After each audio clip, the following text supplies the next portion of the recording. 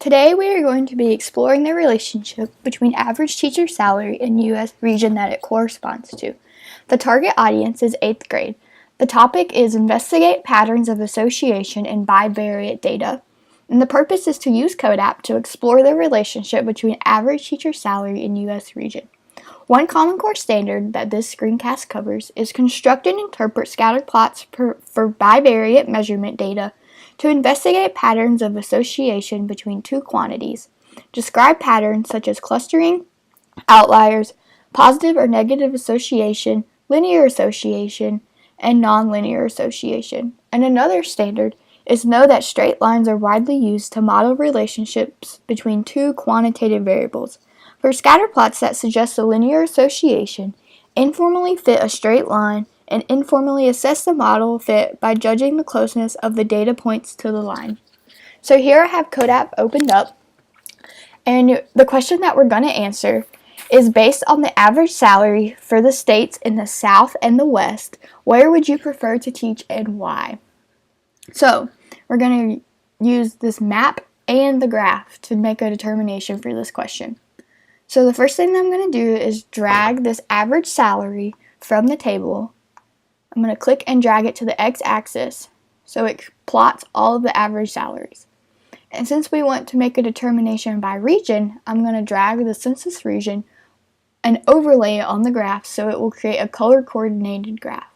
Since I don't want the Midwest and the Northeast, I'm going to select those and then I'm going to hide those selected cases.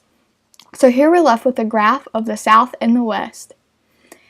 And this tells us some things about the data, but I think it would be better if we looked at the map as well. So I'm going to drag the average salary over the graph, and now it creates a color-coordinated graph. The darker shading represents the higher teacher salaries, while the lighter shading represents a lower average salary. So if we come and click on the West, it highlights that on the map as well, and we can see the shading patterns for the West region.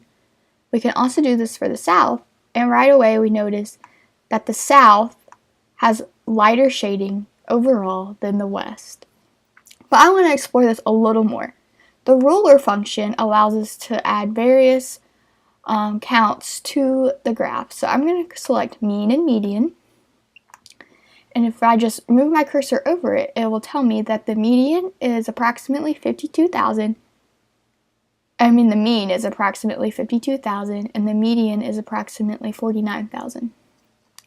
So just by looking at this, you can tell that most of the data points from the South lie below the mean, while a good bit, but not most, of the West lies above the mean.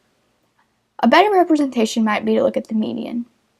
Most, if not most, data points from the South lie at or below the median, while most of the West lie above the median. So by looking at these shading patterns and the graph with the mean and the median on it, I think that just by looking at this attribute alone that I would prefer to teach in the West. So we're going to explore some other quantitative attributes and then we're going to answer this question again. So something that's important to me as a future teacher is student-teacher ratio. So I'm just going to replace the average salary with student per teacher and look at this data. And then I'm also going to do the same on the map. The darker shading represents more students per teacher, while the lighter shading represents fewer students per teacher. So if I click on the West like we did in the other, you can see clearly that the West has very dark shading and the South has a lighter shading pattern. And then we have the mean is approximately 16 students per teacher and the median is approximately 15.6 students per teacher. In the West, we see that the majority of the data points fall above the mean of 16, while in the South, most fall at or below the mean. So based on this data, we can see that the South has a smaller student per teacher ratio than the West. So that's kind of like making them tied. So let's explore another attribute so that we can make a determination.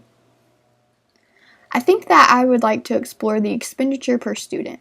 So I'm going to drag that and replace it and I'm also going to do the same on the graph, just like we've done for the other two attributes. The darker shading represents higher expenditure per student, while the lighter shading represents lower expenditure per student. So I'm going to look at the West first.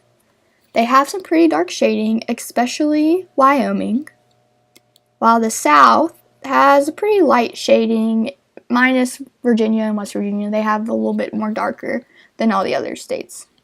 So come and look at the mean. The mean is approximately $10,500 per student, and the median is approximately $9,700 per student.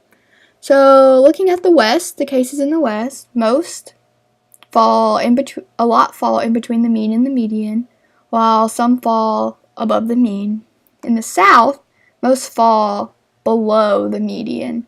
So I think based on this determination, it's easy to see that the West region spends more money per student generally than the South region. So I think based on these two attributes that I've explored, that I would rather teach in the West because they spend more money per student and the average salary is higher.